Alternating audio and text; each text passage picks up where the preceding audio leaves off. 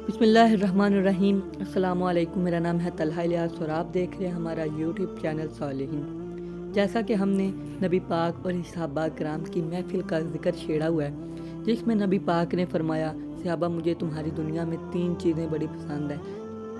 उनका जिक्र हुआ।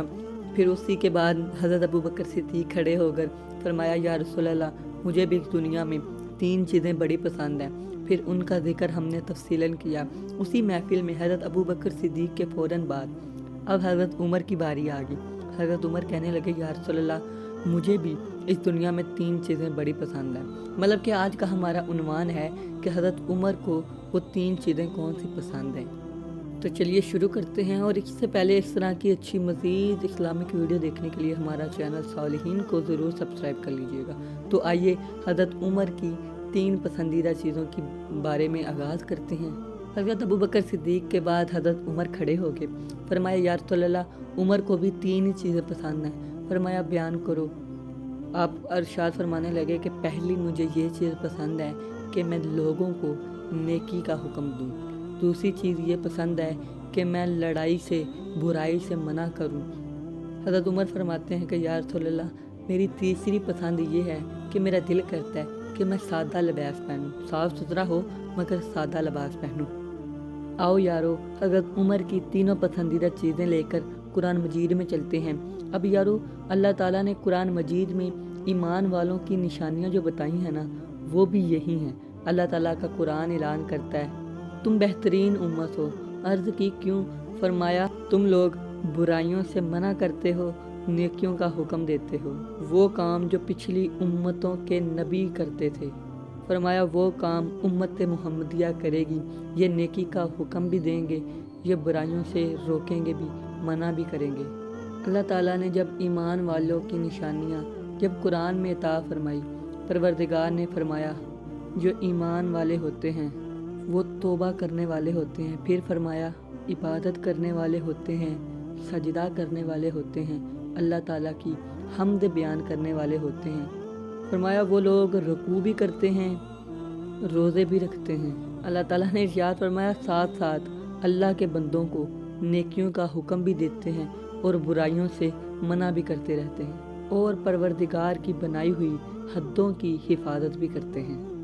हज़रत उमर ने फरमाया, मुझे इसी आयत के सिलसिले में मुझे यही पसंद है कि मैं नेकी का हुक्म करूं, मैं बुराई से मना करूं। हदीस पाक का इजाफा करते हैं, नबी पाक ने फरमाया, जब कोई ईमान वाला बुराई देखता है या कोई ईमान वाला कोई बुराई देखे तो उसका फ़र्ज़ बनता है कि उसे अपने हाथ की ताकत से रोके। फरमाया कि अगर रोकने की तौफीक ना हो, हिम्मत ना हो, ताकत ना हो, तो फिर उसे अपनी ज़ुबान से बुरा बोले या अपनी ज़ुबान की वजह से उसे रोकने की कोशिश करे। अगर ज़ुबान से भी वो उसे बुरा नहीं कह सकता तो फरमाया तो उसे दिल में बुरा जाने। मेरे नबी पाक ने फरमाया, दिल में बुरा जानना ईमान की छोटी इलामत है, सबसे छोटी इलामत है। अब हज़रत उमर फरमा रहे हैं कि नेकी का हुक्म पसंद और बुराई से मना करना पसंद। इसीलिए तो नबी पाक सल्लल्लाहु अलैहि वसल्लम ने फरमाया, जिस रास्ते से मेरा उमर गुजर जाए उस रास्ते पे शैतान नहीं गुजर सकता। आज भी जहाँ उमर का नाम आ जाए शैतान वहाँ से भाग जाता है। शारहीन फरमाते हैं, जिस रात को किसी बंदे को अगर रात को डरावने ख्वाब आते हैं, वो इंसान रात को सोने से पहले अपनी शहादत की उंगली से अपने सीने पर उमर लिखे, शहादत की उंगली से उमर लिखे और सो जाए।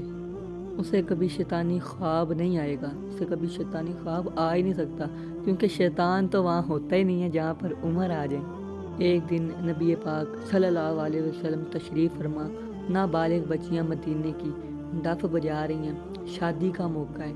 अचानक से शोर उठा कि उमर आ गए, उमर आ गए, उम्र फ़ारूक आ गए। आपका बहुत दबदबा और रोब था ना। सारी बच्चियाँ डफ छोड़कर भाग गई। हालांकि नबी पाक वहाँ पे बैठे थे तब बजाती रही, पर जैसे ही उमर आए ना, उमर आए तो बच्चियाँ डफ छोड़कर भाग गई। नबी पाक ने फरमाया, वाकई जहाँ तुम आ जाओ ना वहाँ शैतान नहीं आ सकता।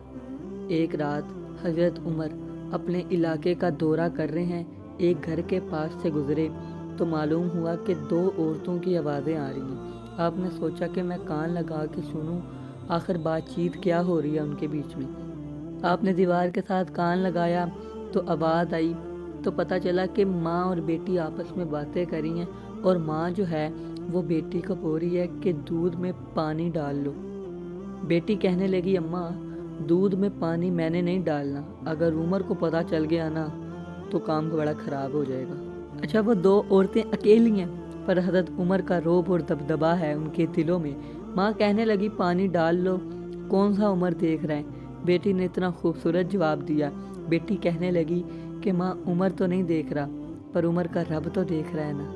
مطلب کہ حضرت عمر کو پسند ہے نا کہ میں گناہوں سے روکوں، اور حضرت عمر کا ڈر بھی ہے کہ وہ ان میں عمر موجود نہیں عورتوں میں، پھر بھی وہ عمر کے ڈر سے گناہ نہیں کر رہے۔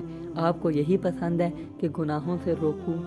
اب اللہ تعالیٰ کے قرآن نے بھی یہی شان امت محمدی کی بیان کی کہ پچھلی امتوں کے نبی جو کام کیا کرتے تھے وہ امت محمدیہ کے لوگ کریں گے، کیونکہ اب قیامت تک نبی تو کوئی آ نہیں سکتا۔ ہمارے نبی پاک خاتم النبیین ہے، بس بات ختم ہوگی کہ نبی کوئی آ ہی نہیں سکتا، تو پھر جو سلسلہ ہے تبلیغ کا وہ کنہوں نے کرنا ہے؟ وہ نبی پاک کی امت نے کرنا ہے۔ دیکھا جائے تو یہ کام اب ہماری ڈیوٹی ہے۔ اللہ تعالیٰ نے فرمایا تم میں سے ایک جماعت ایسی ہونی چاہیے جو کہ خیر کی طرف بلائے، پھر وہ کرے کیا؟ وہ برائیوں سے منع کرے، نیکیوں کا حکم کرے۔ یا اللہ ایسا کریں گے تو انعام کیا ملے گا؟ اللہ تعالیٰ نے فرمایا یہی وہ لوگ ہیں جو کامیاب ہیں، یہی وہ لوگ ہیں جو کامیاب ہیں۔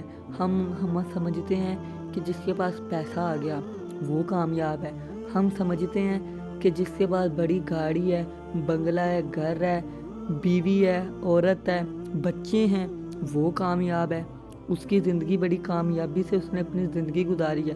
پر اللہ تعالیٰ قرآن مجید میں کچھ اور فرما رہا ہے کہ کامیاب وہ لوگ ہیں جو نیکی کی دعوت دیتے ہیں، برائی سے منع کرتے ہیں۔ جو لوگ ایسا کرتے ہیں وہ لوگ کامیاب ہیں۔ کامیابی کی دلیل اللہ تعالیٰ نے یہ بیان کی، جو ہم نے خود سے کامیابی کی دلیل اپنے مائنڈ میں بنا لی، اصل میں وہ کامیابی نہیں ہے۔ پچھلی امت میں سے نہ کسی پر عذاب آنا تھا تو ان میں ایک نیک انسان بھی رہا کرتا تھا۔ فرشتوں نے پوچھا یا اللہ اس کو بھی عذاب دینا ہے؟ تو اللہ تعالیٰ نے فرمایا جتنا سب کو عذاب دینا ہے نا اتنا اکٹھا کر کے اس اکیلے کو دے دو۔ فرشتوں نے پوچھا مولا وہ کیوں؟ فرمایا اس نے اپنی جان کی فکر کی ہے، لوگوں کی فکر نہیں کی۔ اس نے مسلح بچایا ہے، محلہ نہیں بچایا۔ باہر فتنے فساد برپا ہوتے رہے، یہ اندر بیٹھ کر عبادت ہی کرتا رہا، بس سب سے زیادہ اسے عذاب دو۔ مطلب کہ اللہ تعالیٰ کو پسند ہے کہ وہ بندہ خود بھی نیکی کرے اور نیکی کی طرف بلائے بھی، گناہوں سے بچائے بھی، روکے بھی۔ بچا تو نہیں سکتا چلو روکے بھی۔ میاں صاحب نے بڑے ہی پیارے انداز میں بات سمجھا دی۔ آپ فرماتے ہیں چٹی چادر عملہ والی داغ نہ لائیں جنیاں، موڑ آکھیں گا روز قیامت ہائے ربا کی بنیا۔ تیسری پران حضرت عمر کی کہ یا رسول اللہ میرا دل کرتا ہے کہ میں سادے لباس پہنوں۔ وہ عمر جو 22.5 لاکھ مربع میل کا اکیلا وارث ہے۔ ان کا لباس پتہ کیسا ہوتا تھا؟ ان کا لباس ایسا تھا کہ جگہ جگہ ٹاٹ کے پیوند لگے ہوتے تھے ان کے کرتے کو۔ ان کی سادگی دیکھو، ان کا مقام مرتبہ دیکھو اور ان کی سادگی دیکھو۔ یارو ہمیں بھی سیرت حضرت عمر سے سادگی سیکھنی چاہیے۔